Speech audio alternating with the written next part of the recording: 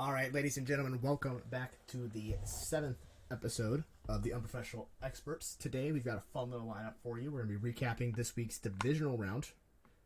And wait, divisional round, right? Yeah. I always confuse divisional and conference. Divisional round. Going to be talking about what we think the future of the AFC looks like, the new Big Three, as it appears. Jeremy's got a regular question for me that's not a surprise that I kind of know a little bit about, and then I have a surprise question from Jeremy, like how I threw one in at him a couple weeks ago. He's going to throw one at me. So, without further ado, let's get a rolling.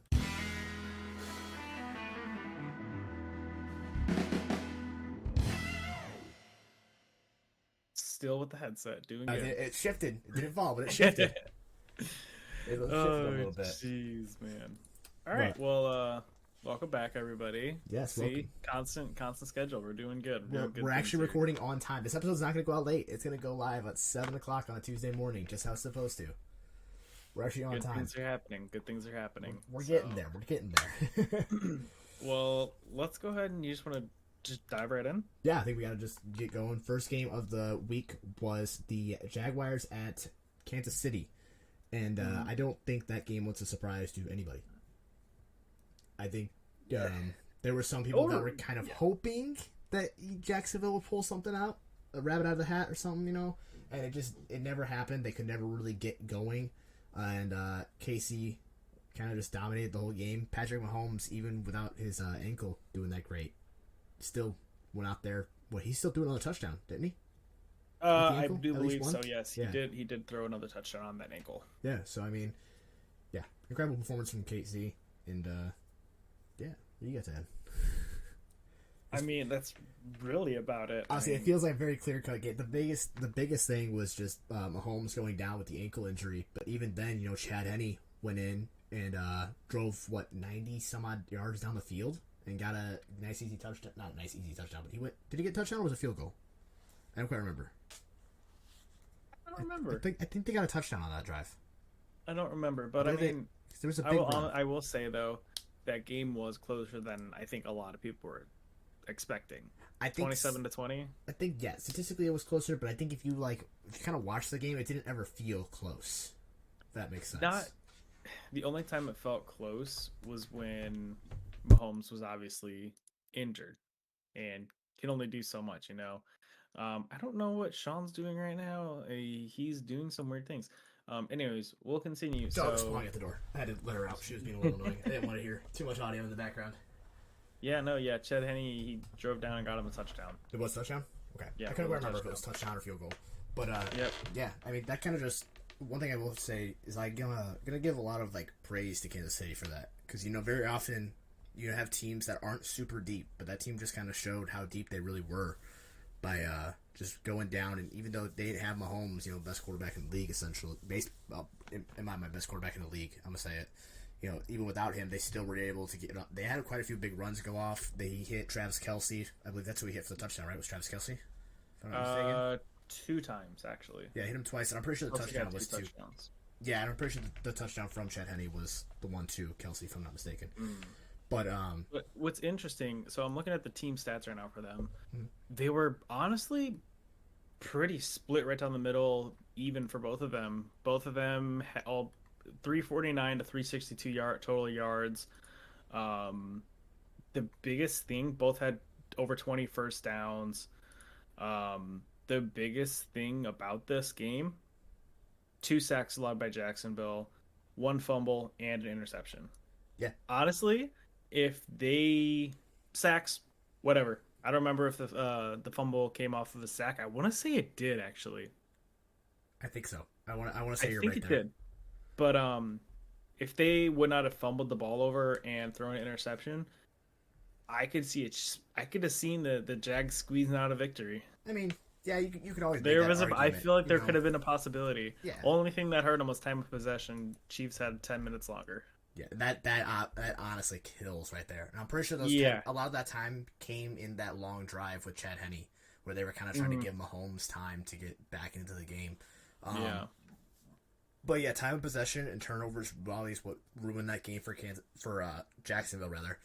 I think the interception Trevor Lawrence threw late was What I was gonna say, I think it was a late one, and I think that was the one that kind of iced the game away. So obviously, you look at it, and you think, okay, one turnover, that's one possession game. That's tying the ball game and going into overtime. Yep. So yeah, you look at it statistically, it was incredibly close outside of those two things. But you kind of, like I said, you watched the game, and it never really felt close. Like it felt like Kansas City, even with the injured Patrick Mahomes, was always in charge and was always just ready to take over whenever it needed to. Oh yeah. Dude, I can't lie. I'm still pissed. We have yet to see the new overtime rules. I really want to see them.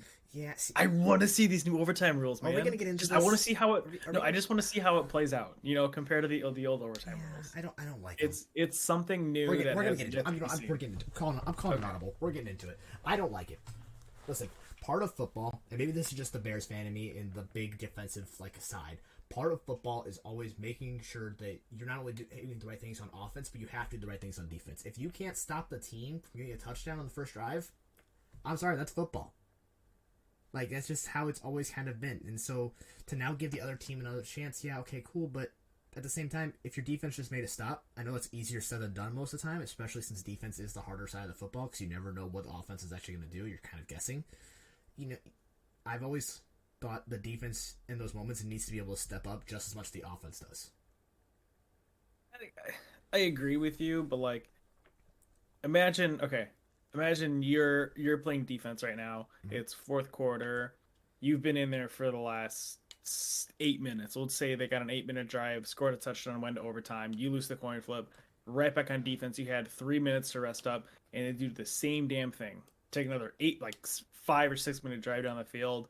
You're gassed. You're fucking tired. No, I'm not saying you're not. I feel like give the other team's offense or other team's defense who just scored a chance to prove it that they're the better team. Yeah, but then you can just make the same argument the other way. You're right. But at least that defense has now been sitting resting for the last, you said 8 plus 6 is what, 14 minutes?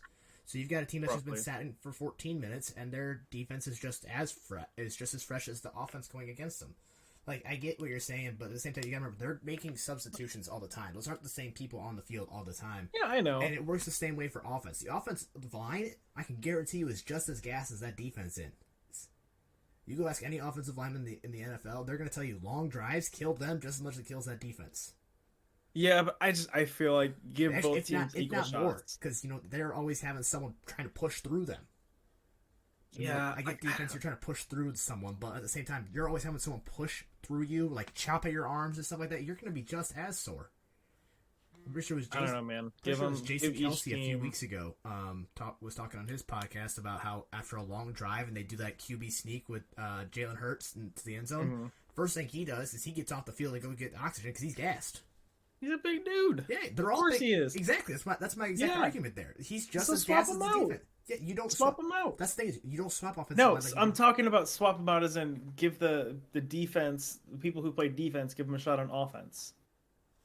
Make it equal for everybody. What?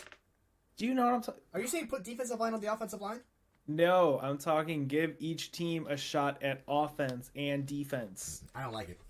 Give each team, because then that's just better PR. That's better publicity for the NFL. You know what this feels like to me? This feels like getting a participation trophy for getting last place in baseball. That's what it feels like to me. Oh, you let in the very last minute of the game, you were up by 7 points, and you let them take a 6-minute drive and get down the field and get a touchdown, and then you couldn't make a stop. That's on your defense, but they won the. What happens if there's a bullshit penalty though? That's just how the NFL is at this point. I hate to say it, but there's always bullshit penalties, and obviously you can't blame that on a defense. I get that. But at the same time, if it's a very clear penalty, then yeah, it's a clear penalty. You probably shouldn't have done that. So I get what you're saying there, but at the same time, you have to be able to make those stops. It's called bend, don't break for a reason. So your defense still has to come up and make a stop. It. And so this feels like your defense, let 2 touchdowns up in the last 15 minutes of the ball game. The whole quarter, they let up 2 touchdowns, 2 long drives, and didn't get their break, whatever. But I mean, it just feels like, hey, now we're going to give you a chance, because then if you score a touchdown, then your defense has got to go out there and do it again. And guess what? They just gave up 2 and 2. They're probably going to go give up a third. I get it, man. All right. Yeah. Enough of overtime rules. We both have feelings on how we feel about it. Let's move on to the next game. Giants. Shut up, yeah.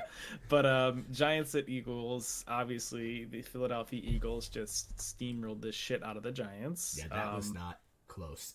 Danny Dimes did not look good. Yeah. He didn't look comfortable. No. And I think that was the big thing is he never really got comfortable in the pocket. They were on him like flies on stink the whole game, and it was just absolute domination from Eagles out there.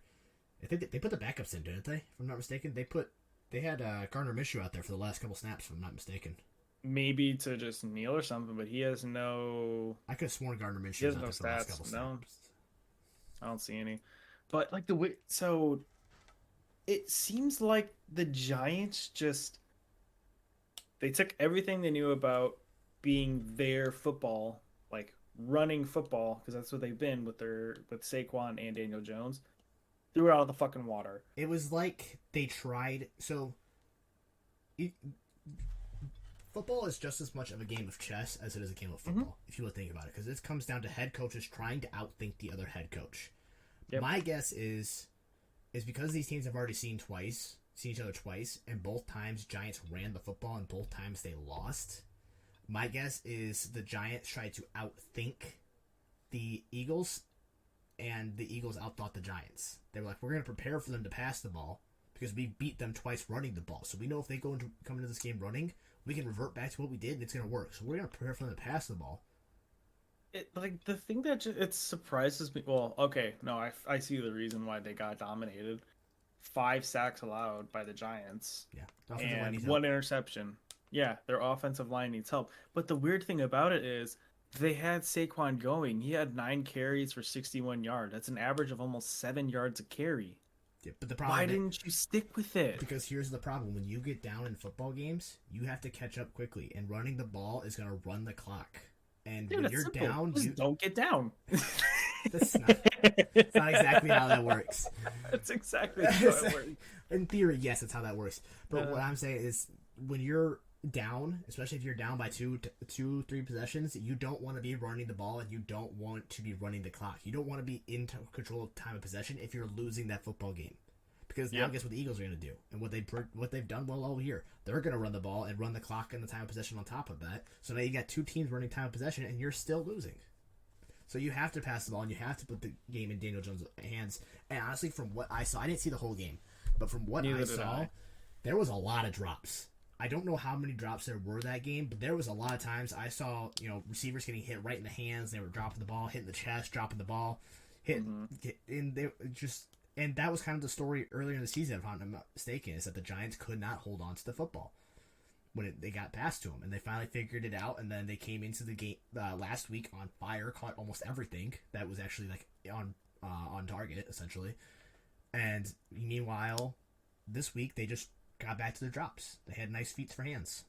Mm-hmm. Yeah, and then looking at the Eagles side, I mean, Jalen Hurts passing 16 for 24, 154 yards and 2 touchdowns. He was solid. He's still dealing with that injured shoulder. Still managed to run one in as well, which is good on him. I mean, it's just the Eagles' rushing offense. They have so many different ways to run the ball. It's going to be hard for teams to counter that.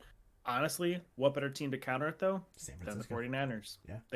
The 49ers have a probably very good offensive line, and their linebacker core, they'll be able to stop that run, and defensive line core.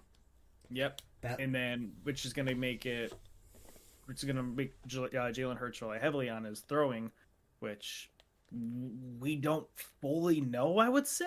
I mean, especially with the shoulder. I mean, just kind of assume. Obviously, since he played, I'm pretty sure he's over 80% at least.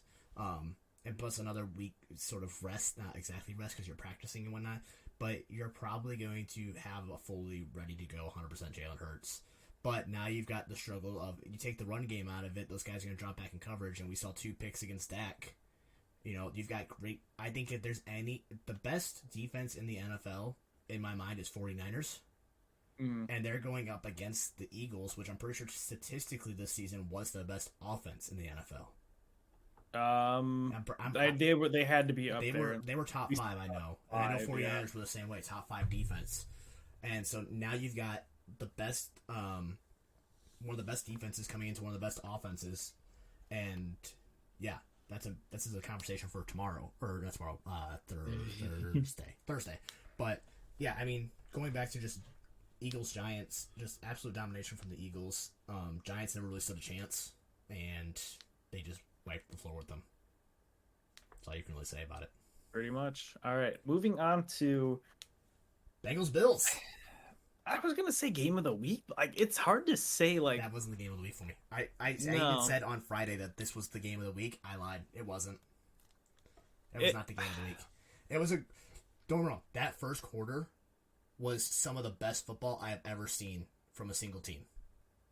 yeah, not just the in a way season. that the Bengals were able to just Joe Burrow had more completions than the Bills had yards after the first quarter. yes, Joe Burrow, he was like 9 for 9 with like 90 something yards and I think it was at over least 100. one I think it was at touchdown. 108. When he was 9 for 9, I'm pretty sure he was at Yeah. 108. And Like, 2 touchdowns, yeah. He This was on fire. Bengals team, man, this is something that we're gonna talk about later on today as well. But like, they are unstoppable. Yeah, and what's crazy No is- matter what you do, like they can beat you in the passing game. They can beat you in the running game. They have a kicker who's just got the most confidence stud. and swagger. Evan McPherson. I've dude, never seen he so much can kick confidence it. and swagger in a kicker since Pat McAfee, but he was punting. He wasn't even kicking. He was punting. And so the fact that he has that much confidence is incredible, and I love it.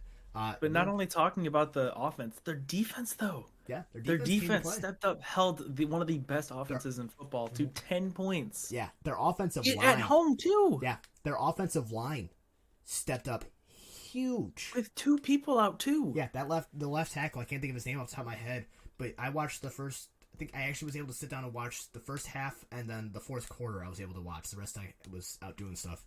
But the first half, every time I saw that left tackle snap the ball, the first thing he did was push this guy way out over here to make a giant hole for the running game. The Bengals in the first half had the running game going. They had the passing game going. They were running the time of possession.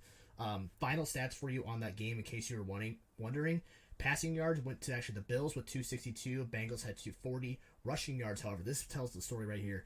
172 rushing yards for the Bengals to 63 on the Bills. And then time of possession, 33 minutes and 54 seconds for the Bengals to 26:06 for the Bills. Yeah. So the Bengals' defense was the definition of bend.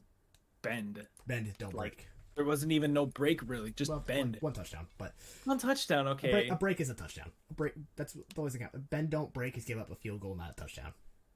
But like, yeah, the rushing yard stat, dude. That tells the story right there. Bengals were able to get the rushing yard going early, and they were able to complement it with the passing game. Meanwhile, the Bills got behind, and they had to pass it the whole time. Yep.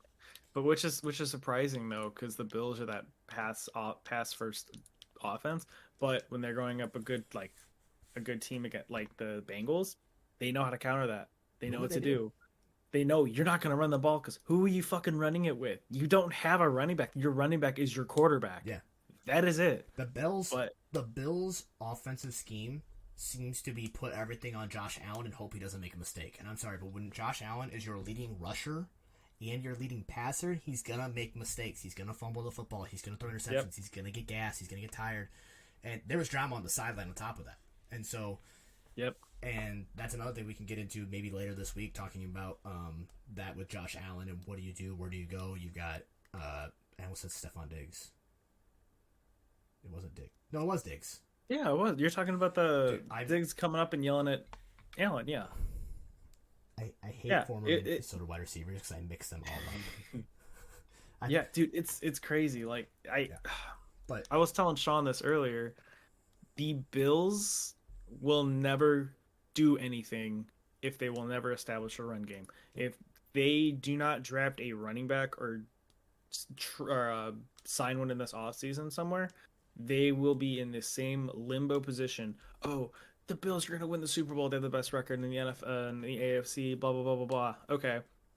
Divisional round, you guys are going to get your ass whooped because you can't run the damn ball when it's snowing like a motherfucker and freezing cold outside. Yeah. Simple as that. I got a fun little stat for you, though. I don't know if you knew this or not, but the Bills came into this game winning 8 straight, which is a franchise record, and the Bengals came into this game winning 9 straight, which is a franchise record. Bengals are now on a 10 straight winning. Bengals have won 10 straight. Bengals are hot, man. KC's coming into this upcoming game winning 6 straight, if I remember right, because their last loss was to the Bengals. Yeah. Casey's last loss was 7 weeks, because they had the bye week. 7 weeks ago to the Cincinnati Bengals. Yeah, dude, this Bengals team, man, they're something special.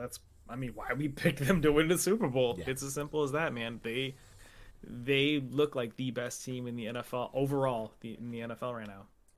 They have very few flaws After this week, I will say that yes, because their defense. They have very few flaws in their team. There's only one other team that I could potentially put higher, and that's actually our next team. So we're going to segue right into that, to 49ers Dallas.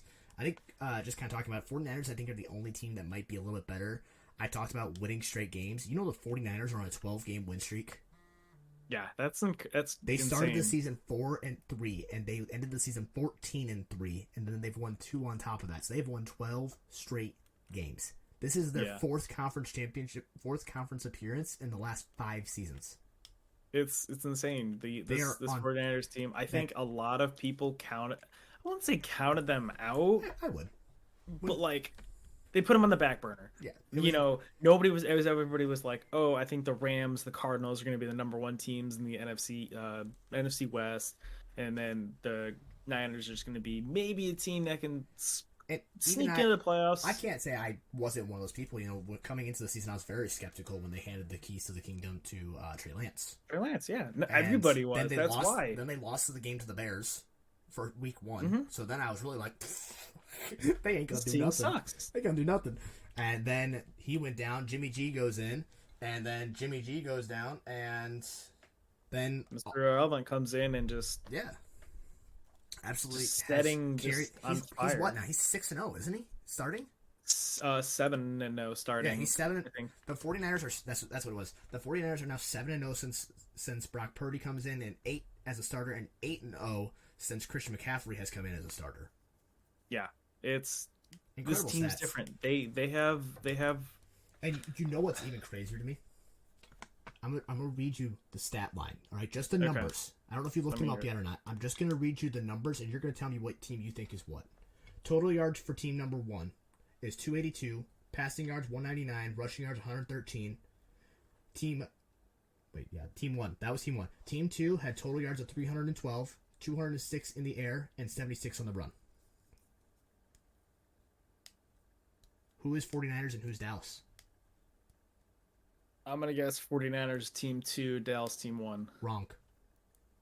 The 49ers had 30 less yards, had 10 less in the air, but had 40 more on the ground than Dallas, and still won the game. You know what the difference was? You know why?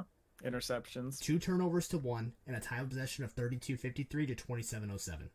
Yeah. The 49ers played smart football. They ran the ball in the end, killed as much of the clock as they could.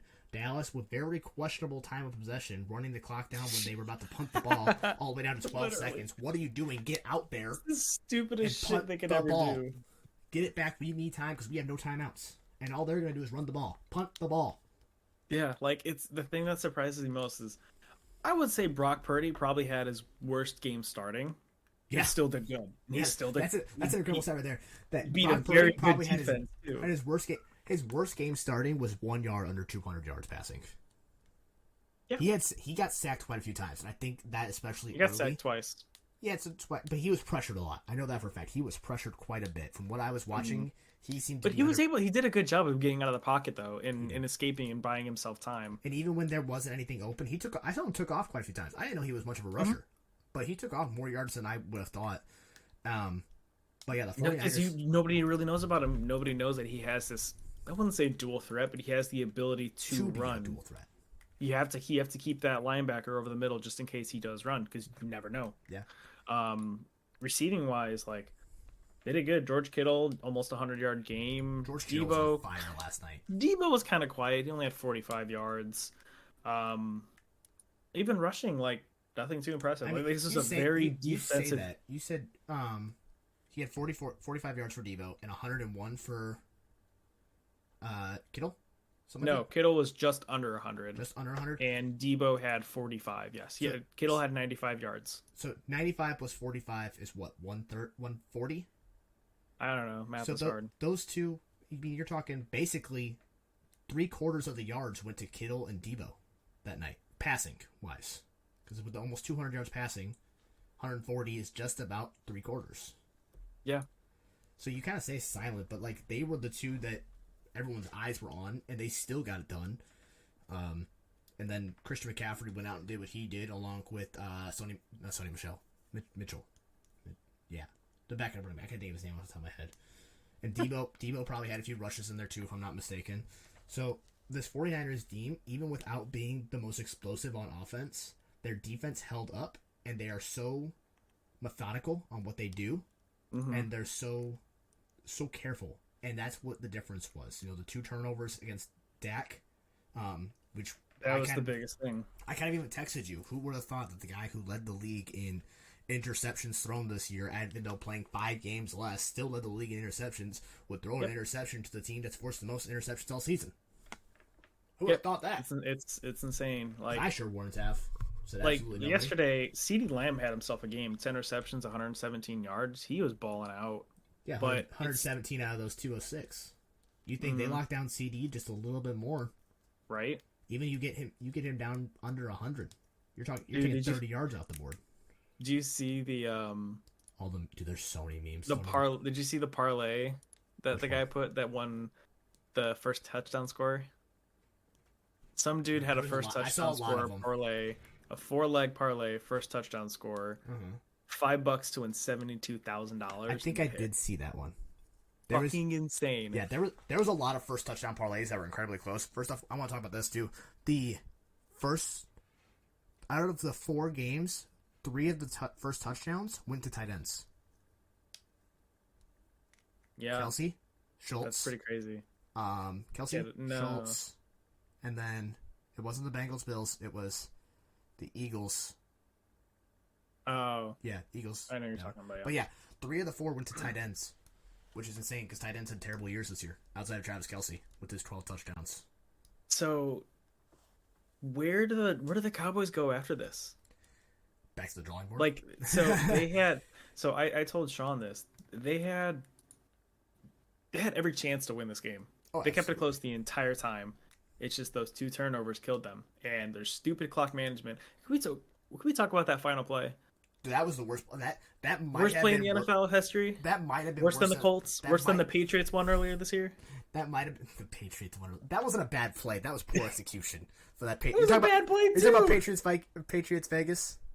Yeah, the one where he threw the ball backwards. That was just poor game awareness. That wasn't a bad play. The bad play is putting 3 offensive line guys on one side, 2 on the other, having Zeke Elliott get absolutely blown up on the center when he's holding to snap the ball. Like, hey, Zeke, you're going to snap the ball, and you're going to get blown up.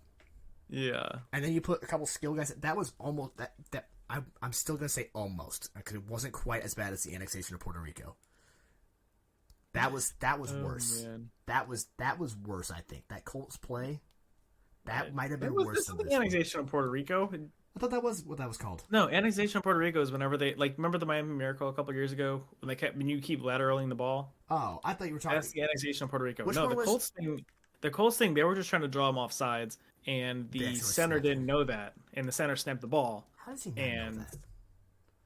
Listen, if I have the ball in my hand and I see this lineup, I'm gonna look at the guy and be like, "Am I snapping this ball? Like, are we serious right now?" Literally, dude. Like, no, we're not. Okay, I'm not gonna move then. I'm not moving. Anyways, but back to Cowboys. Where do they go from here? You said back to the drawing board. What does the drawing board consist of? The drawing board consists of making sure first off, the defense needs to stay together. This defense is very underrated, I think. I wouldn't even say they're underrated. They're very good. They are very good, but I still think they're that's how underrated. That's how good they are. So I almost think they're actually still underrated because I think they're still a top 5 defense. So that defense needs to stay together. I think you need another weapon for Dak, and I think you need to get him some LASIK eye surgery, or you gotta get someone else in there. You may have to consider moving on because you can't have Jameis Winston.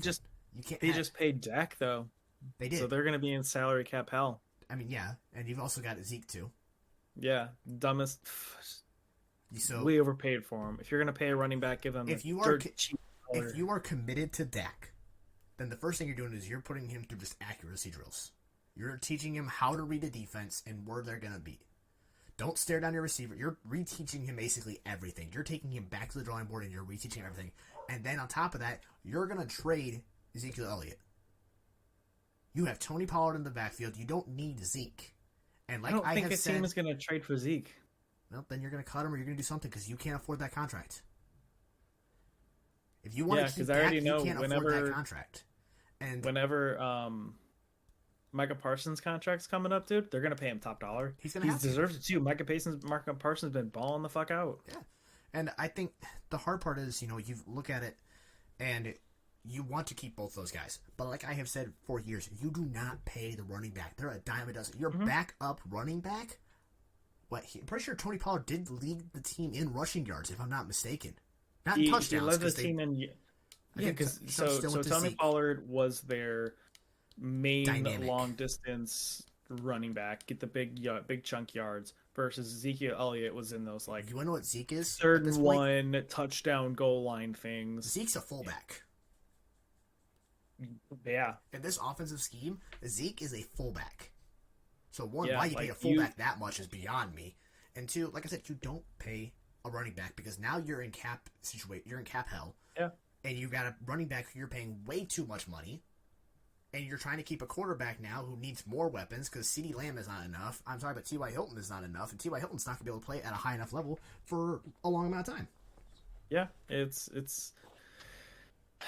it'll be interesting to see, especially I think next year if A, the Cowboys don't do good, or B, they don't win another playoff game, then head coach is canned. I think Jerry Jones says enough is enough. I've given you all this time, weapons, money, blah, blah, blah, anything you could want. You haven't done shit for me. You've won one fucking playoff game in like 5 years that you've been here. Yeah, I hate to say it. Adios, go fuck yourself. This year. Because Jerry Jones did come out and say that his job was never on the line this season. And don't get me wrong, this team made leaps and bounds compared to how it did last season. This team was a much better team than it was last season, but interceptions and turnovers still ruined this team. Yep. We talked about records. I have one more record for you. Maybe you saw this one. In fact, I know you saw it because I sent it to you. Dallas extended their own record, NFL record, for making 12 straight postseasons without making a conference championship. That's insane. There have been, I counted it, there was 25 teams that have made a conference championship since the last time Dallas did it. That is insane. 25 different teams.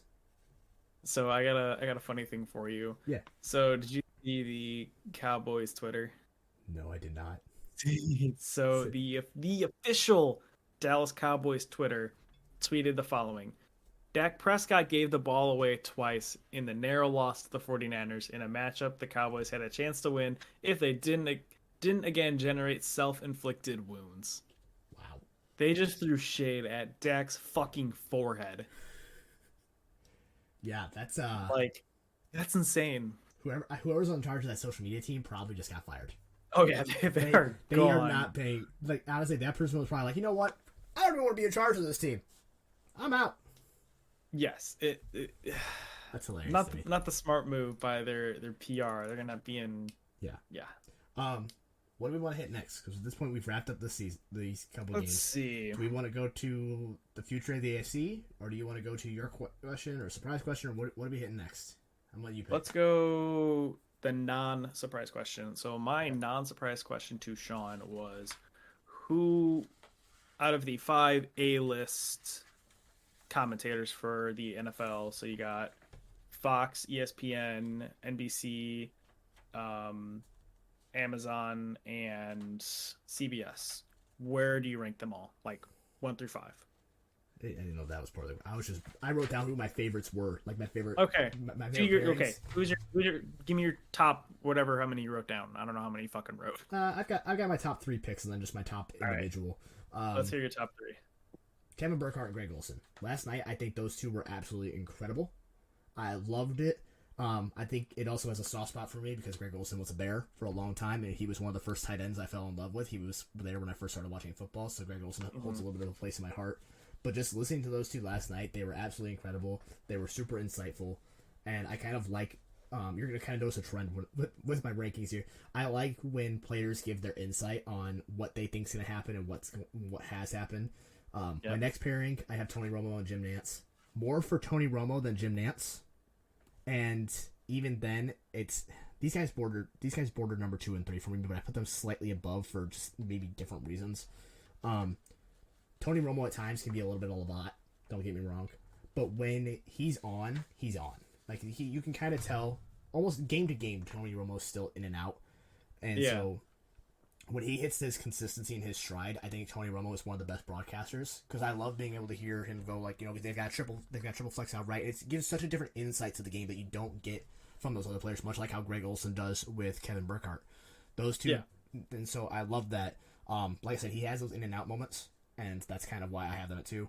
Number 3, I have the Manning Bros. You mean number 1? No, I have them at number 3, and it's a very selfish reason. Oh, you meant 1, 2, 3. Yeah, 1, 2, 3. Oh, okay. So number 1 is Kevin Burkhardt, Greg Olsen. Just because I think Greg Olsen's more consistent than Tony Romo, but Tony Romo has a little bit more insight, so it's a very back and forth thing. Manning Brothers I do have at number 3, and it's mainly because, this is such a terrible reason, I hate seeing both the Manning Brothers be the same size as the football field. All right, I know it's just a broadcast thing, but just put them in a broadcast booth, and and they're probably number 1. If you put those two just in a broadcast booth, I'm gonna enjoy it a lot more. And you can still even have those cutaways like they have, because both of them know the game so well. Another reason why they're a little bit lower is because there's some of those awkward moments, kind of like what we have even still trying to do this podcast, where they're both kind of quiet and they're into the game so much that they don't want to even talk over something. But then you almost have nothing. It's like that weird. I understand. Don't get me wrong. There are moments when they absolutely should just broadcasters should not talk and they should just let what's happening on the field happen. And that's more like if you have them like a player mic'd up and you have the quarterback under center, he's yelling out audibles and red 19, whatnot. Then then be quiet and listen, and then have the Manning Bros explain that, and it's great. At number 4, I have Mike Tirico, and not even his partner, just Mike Tirico in general. I've always thought he was the most excitable broadcaster that there is. I've always loved listening to him. Like even when I was a young kid playing NBA 2K, hearing him just like scream when something massive happened, an absolute insane dunk. Like he's just such an excitable person that any boring game, like this game could be just an absolutely awful game. Very little, whatever, however you define an awful game. One play is going to happen, and it's going to blow everything out of proportion, and it's going to be the biggest play all week, just because of how he broadcasts. I didn't put him on this list because of the one person. I do not like Joe Buck and Troy Aikman. Those are my absolute... whatever broadcasters are out there, even the ones that are on like this, like when the Bears are playing and it's not a primetime game. And like the 1 o'clock ones, yeah. Yeah. Even I put those guys above them because, one, I do not like... I can't even think of his name. I just said it. Not Troy Aikman. Joe Buck. Joe Buck. I hate Joe Buck with a burning To be passion. fair, though, Joe Buck has called some of the biggest sports games in general. And I get that, but like at the same sports time, moments, most iconic ones. And I get that.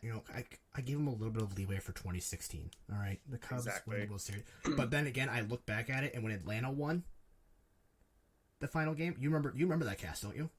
Yeah. And what might be his last game is an Atlanta Brave. Listen, Atlanta Brave fans don't care that Freddie Freeman's about to leave. They just care that they won the World Series. And yeah. So that he doesn't have. He's almost too inconsiderate for my liking when he broadcasts. Troy Aikman just likes to gobble all over Patty Mahomes. So he just kind of irritates me. Yeah, so those two are bottom for me. Joe Buck's the biggest reason why. Fair enough. All right. Do you want me to share mine? Yeah, let's hear yours. All right. Let's see. I think it's like you said. I think it's a toss-up between. I think Tony Romo and Jim Nantz for me, and Greg Olsen and Kevin Burkhardt. They're like that 1-2, kind of like you were saying. The inside of like having a quarterback or another like NFL player doing the commentary is so much better. They're giving their insights. Hey, he's gonna do this and this and this, and it just makes it so much more entertaining. I don't want to interrupt you real fast, but just I thought this just popped in my head. Tom Brady just signed that massive contract to be a sportscaster, and I'm excited. I'm excited to see who they pair him. If they pair him with Mike Tirico, I might lose it. That might be my number 1. No, because based off of oh, that's right. He's signing to Fox contracts with the put those two together. Companies. Fox, make it happen. It's either going to be Tom and Kevin or Tom and Greg. I think Tom and Greg would be good. But they won't put two professionals together because one of them's got to be the play-by-play, and then the other one's the insight. That's how it always works. Jim Nance's insight, Tony Romo's play-by-play. Yeah. Or All right. Yeah, Number 3, I have to go Manning brothers too. They're fun. They make the game entertaining. Like I have the only times I've watched a Monday Night Football game not watching the Manning brothers is whenever they just don't call. Like then I have to forced obviously watch Joe Buck and Troy Aikman. Al Michaels and Kirk Herbstreit, they were surprisingly good this year. Yeah, I left them off my list.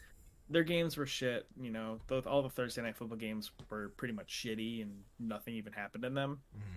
But they're good. You know, Kirk Herbstreit being in college and calling those games too. Yeah.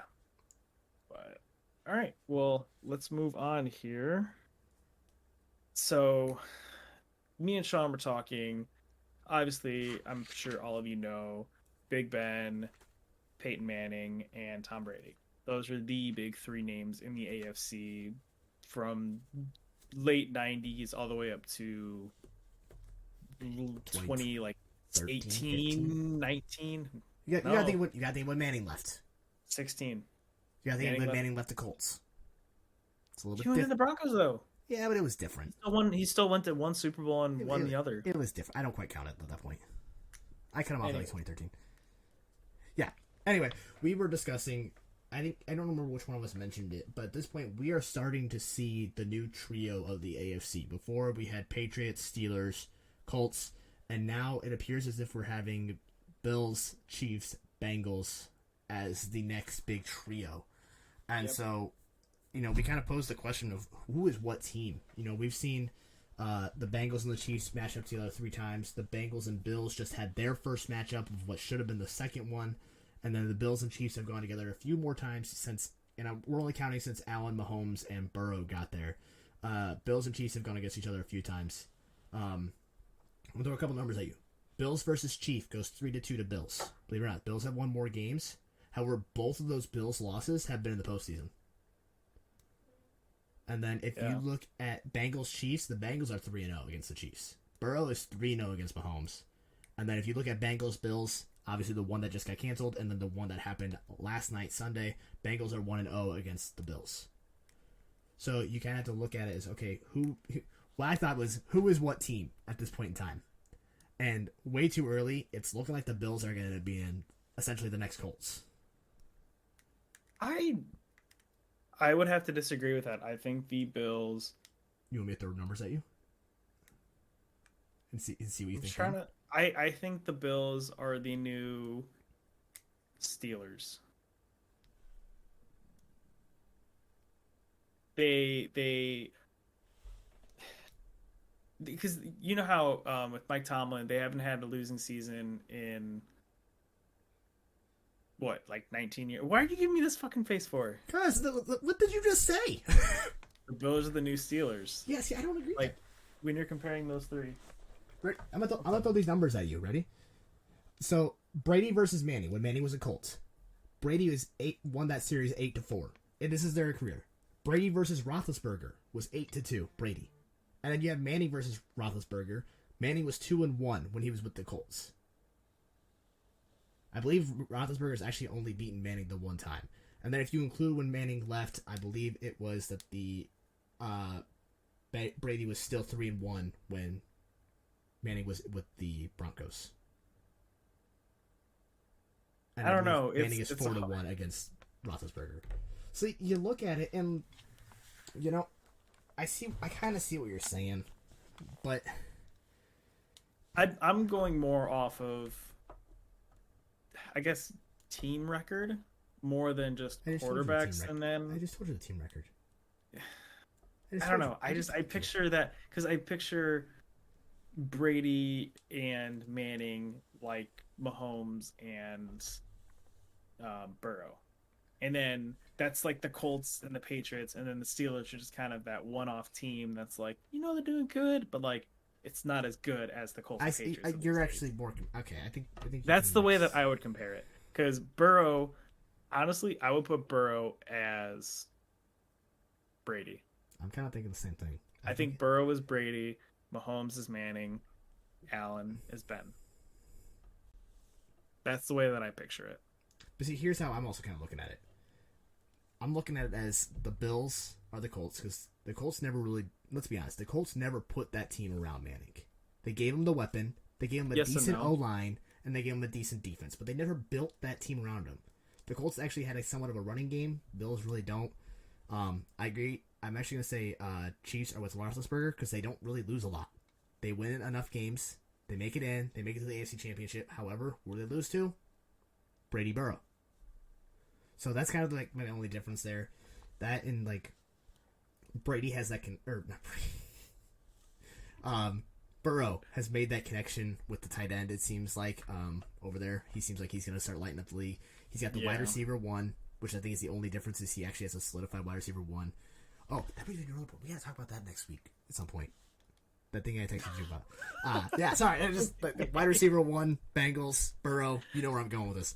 And then you got, like I said, the Chiefs who are always going to win. They're they're going to be there, and they're going to have a good team, but they just can't. They can't reach it because someone else stands in their way. So that's the Colts. No, the Colts. Yes. Cannot say. Let me finish my sentence real fast. I don't know. Do you know what Brady is against the Colts all time? Yeah, Brady's a lot better against the Colts all time. I know that. All time is 11-4 against the Colts. The only reason that was a rivalry is because Peyton Manning was there. Do not say that was the Colts. No. Let me explain. Here's the way that I'm looking at this. I'm gonna throw my pen at the camera. The Colts were the all-time winningest team during the 2000 decade, from 2000 to 2010. All-time winningest team as far as like record and stuff like that. The Patriots, right behind them, they would pretty much always meet up either in at least the championship match and in the divisional match. Those would be like super close games, and the Colts would be number 1 seed, doing so good. Bam, the Patriots would come and knock them off. So that's why I think the Chiefs are more like the Colts. I'm fact checking you because I don't know if I believe it's on there. The Colts are the winningest team in that decade. It has been this records prove it. I promise you. And then it's the Bills. They win games, but they don't win the big games. And whenever they face the Chiefs and Bengals, they just get dominated. Like, it's as simple as that. There's not much else to say about it. It might be close, but they both have. Don't get me wrong. Yeah, it's close, but but yeah. But no, I see what you're saying. But also, like I said, I think just in terms of like how the I messed up. When did I change the screen? Oh, jeez. Oh, that's a Bearcat. Okay, we're taking. Oh no. I don't know how long. I don't think it's been. I think it's been since I started typing, but I think we may have switched the screen. So my bad to anyone watching on YouTube. I need to change my hotkey so it doesn't do that.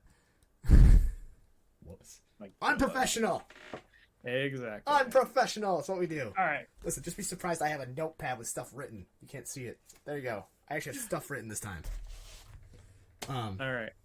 But yeah, I mean, yeah, we both have a little bit of difference there. I think we both agree. Well, no, we don't agree on any of them. We agree on one at least. Did we? Yeah, Burrow Brady. Oh yeah. Burrow is the Brady. I think especially if Bengals win this week, I think we got that kind of solidifies that. That solidifies it. And even if they lose, I mean, it's against you combine Manning and Roethlisberger when Manning was on the Colts. I didn't really include Broncos stats. Yeah. Brady is 16-6 against those two. As of right now, Joe Burrow is 4-0. Yeah, it's not even a contest at this point, and possibly going to be 5-0 after this weekend. Yeah, possibly. But all right, well, let's move on. I got surprise question for me. Really good question for you. All right, let's hear it. It's should the kicking position, the kicker specifically, be abolished? Should they get rid of the kicker in the NFL to kick field goals and stuff? No. Why? Because a field goal. I know a lot of people look at it as a field goal. Oh, field goal 3 points. Yeah, but 3 points a lot of times is the difference in a game. Oh, right there. Field goal a lot of times is the difference in a game. Like I don't know what the average point differential in the league was this year, But a lot of times, it comes down to getting a field goal, and a field goal can be that momentum shift your team needs. Even getting any points on the board sometimes is enough momentum. So, I think... No, never mind. I was going to say it's stat, but that wasn't right. There's been many comebacks at the start with a field goal. And I get why you're coming from. What was it? 1 for 6 in his last 6 attempts or something like that for Brett Maher. You know why I'm asking Yeah, this. and before he finally made, 2 that night? And yeah. I can maybe give it to you for PATs, make everyone go for 2. But then again, moving that line back when they did 4 years ago, Mm-hmm. I think the PAT attempt percentage has, or not 10%, PAT percentage of success rate has dropped since then. Especially that first year, it significantly dropped. So I'm not gonna say no. I think there's things you could change. I think the kickoff could be abolished. That might be a hot take there, but I think the kickoff could go. I don't know if it's What would you substitute for the kickoff? There's a lot of things. I think one that would just be fun. Was it the XFL that did it? No, there was one league that did it. You're talking about the 4th and 15 or whatever? Yeah, the 4th and 15, and if you convert it, then your team ends up it's essentially getting an onside kick.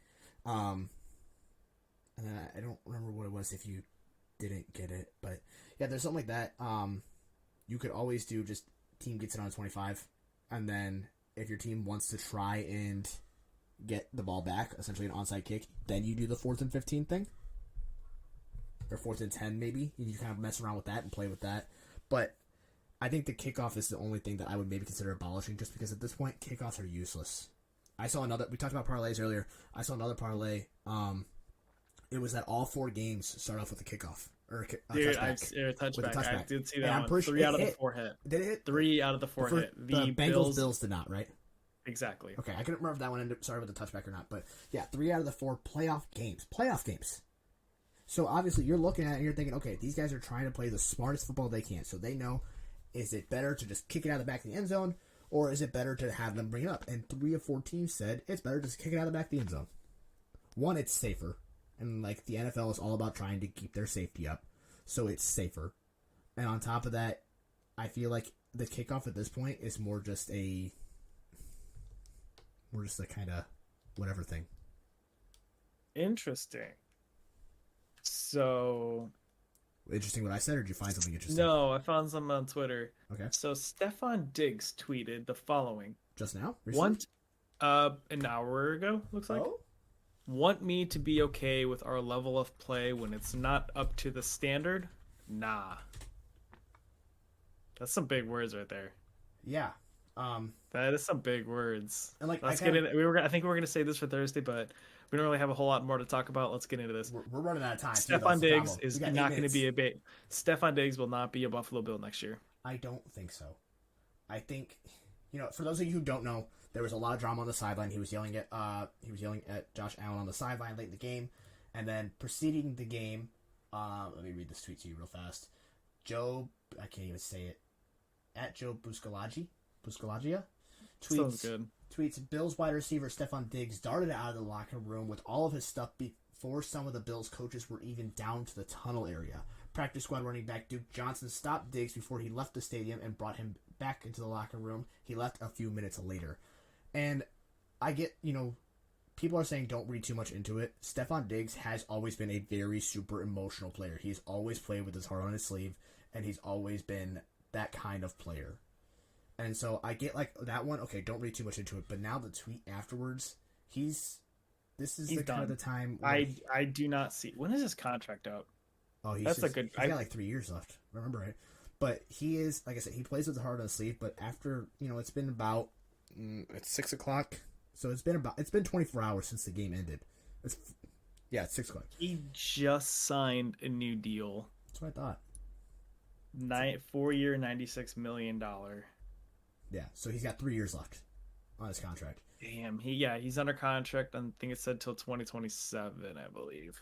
Yeah, so 4 years, $96 million, guaranteed at signing. Oh, because it doesn't start till next year. So there's a potential out after 2025. So he still has 2 more years. Unless he's traded. Unless he wants to get traded, which now is looking like a possibility. Yeah, because yeah. I think Let's see. that's like I said. He's had 24 hours to cool down now, but then he still puts at the You time still put that on Twitter? he still puts that out. He's obviously very frustrated, and Oh, I yeah. understand. Like I said, he's been one of those guys. If you watch any of Stefon Diggs, even when he was in Minnesota, he was always the play with his heart on his sleeve, the super competitive, the guy who he wants to be the one to put the ball at the end of the game. And Yeah. so I get he is, frustrated, and I think this offseason He has every right to be, I think. and I believe so too. Like I said, we talked about earlier, you cannot just run the offense through Joe Burrow and not Joe Burrow, Josh Allen, and hope to get results. Yeah. I get he's angry. I understand it, but wow, that's a damning tweet right there. That puts a lot of things into perspective. If let's see, they're gonna have what, like, where's the Bills drafting, like 28, they'll be drafting 27? They'll be drafting They'll be around there. 20, Somewhere 20, around there. 27, I think is the earliest. But that's a strong. Round 1, pick 27. Yeah, They have wow. yeah. They could move him. they could get a haul. They could get a haul from Stefon. They could get number 1. They could get number 1 overall. You're I'd right. rather have him over D-Hop. I mean, oh yeah, because D-Hop's like 38. 3 or 4 years older, I'm pretty sure, than Stefon. Yeah. So, But no, I get that. But at the same time, now you have to look at it as how is he in the locker room? Is he a cancer in the locker room? Is he that competitive that he is ruining almost the locker room situation? And is he going to be something that they can address? Jeremy's being attacked at the moment by his dog, so we're gonna give him a second. While he's doing that, I am gonna give a quick shout out to Lachico.ln on YouTube, guys. Go check him out. I was in the gym with him the other day, and he gave us a nice little shout out, so I'm gonna shout him out. He played me a little bit of his first upcoming song, and I'm not a huge rap fan, but this guy's got some lyrical flow going there, and he's got some good vibes, and so he played me just a little bit, and I got to listen to it. And it's gonna be good. He says it's gonna be dropping here in a couple. I think he said a week or a month, because he's got to finalize it still all. But check him out on YouTube. He is the number 2 turned Tom 708 on TikTok. Go check him out. Give him a follow. Tell him that we sent you. yeah. But all right, well, Is that today's today's that episode? about wraps it up. Yeah. Do we want to give him a sneak peek into the next episode? Just make this up on the fly here. Or we want to. If you want to go for it, man. I mean, if we say it, we gotta stick to it. It's a problem. What are you reading? Hold up. Oh boy. So Stefon Diggs tweeted a couple things. He first tweeted, "Want me to be okay with losing? Nah." Then that one I talked about earlier, and then it's easy to criticize my reaction more than the results. It's easy to criticize by reaction more than results. Yeah, damn. Now He's that gone. makes me question if he's frustrated with himself over being frustrated with the team. Team, 100%. I mean, yeah, I think so too. But the way he worded there, it could have possibly been himself. Yeah. All right. But, all right, we're not going to give a sneak peek into next week's episode because I think now, especially after this tweet comes out, we need to reevaluate what we're going to do next week. Obviously, Exactly. or not next week, later this week. I think we will still discuss upcoming games. Bengals at KC and 49ers at Eagles. So I think that will be discussed. Before we leave, I just thought about this because I wanted to ask you about this. Did you see the video that the Eagles put out of Jason Kelsey's son or I did, child? yeah. If you haven't seen it, is it his daughter? They put out a tweet, and Jason Kelsey was recording a baby monitor, and the baby it was after the game. It was Sunday morning. Yeah. Was saying EAGLES Eagles, and it was the cutest thing ever. If you haven't seen it, please go check it out. Just look up Jason Kelsey's daughter. That came out a little weird. Jason Kelsey's daughter chanting or something like that. It was all over TikTok, NFL, everywhere like that. It was adorable. But yeah, I think that's today's show. We hope you guys enjoyed. Yeah. It was out on time. Hopefully Fridays will be too. I'm gonna doubt it, but if I'm wrong, then I'm wrong. Hopefully I'm wrong. But anything else to add? No, No. that's about it. Yeah. All right. Well, we will see you guys next time. Deuces.